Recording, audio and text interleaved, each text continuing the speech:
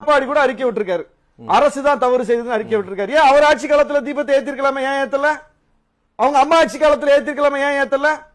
கலைஞர் ஆட்சி காலத்துல ஏத்திருக்கலாமா, அண்ணா ஆட்சி காலத்துல ஏத்திருக்கலாமா, காமராஜர் ஆட்சி காலத்துல ஏத்திருக்கலாமா, பட்டோச்சல ஆட்சி காலத்துல ஏத்திருக்கலாமா? எந்த ஆட்சி காலத்துல ஏத்துனீங்க? ஓபிஎஸ் ஆட்சி காலத்துல ஏத்திருக்கலாமா? எந்த ஆட்சி காலத்துல ஏத்துனீங்க? யாராவது ஏத்தி ஒரு முன்னுதாரணத்தை காட்டுங்க. இந்த அரசு இத தடுக்காம விட்டுச்சு அப்படின்னு ஒரு அரசை காட்டுங்க.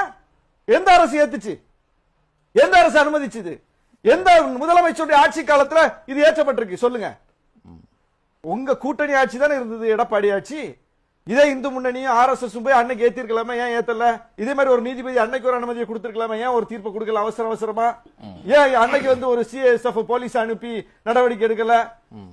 சரி, அன்னைக்கு முஸ்லிம்கள் ஆடு பலியிடுவதற்கு இந்து முன்னணி தடை ஏற்படுத்தும் போது அந்த ஆடு கொண்டு வந்த 2 முஸ்லீமோட ஒரு சிஎஸ்எஃப் போலீஸ் அனுப்பி நீங்க போய் உங்க நம்பிக்கைப்படி செய்யுங்க, உங்க தரகால தானே செய்றீங்கன்னு இந்த சாமிநாதன் அதே மதுரையில தானே இருந்தாரு, சொல்லிருக்கலாம்ல? என்னங்க நடக்குது இது? இது என்ன? இது நாடா இல்ல இது என்னது இது?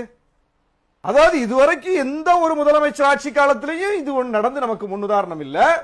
வழக்கமா எங்க ஏற்றப்படுமோ அங்க ஏற்றுறதுதான் நம்ம பார்த்திருக்கோம். அதை இந்த அரசும் செஞ்சிருக்கு. நேத்து ஏற்றிருக்காங்க, திருவண்ணாமலையில ஏற்றிருக்காங்க, தமிழ்நாடு முழுவதும் ஏற்றிருக்காங்க, மதுரையிலும் ஏற்றிருக்காங்க, திருப்பரங்குன்றத்திலும் ஏற்றிருக்காங்க.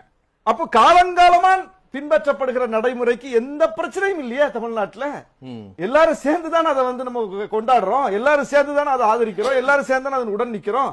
அப்போ இங்க தர்கா கேம்பஸ்ல அங்க இருக்கக்கூடிய ஒரு தூண்ல நான் ஏத்துவேன்னு சொல்லி அடம் பிடிப்பதுதான் புதிய பிரச்சனை.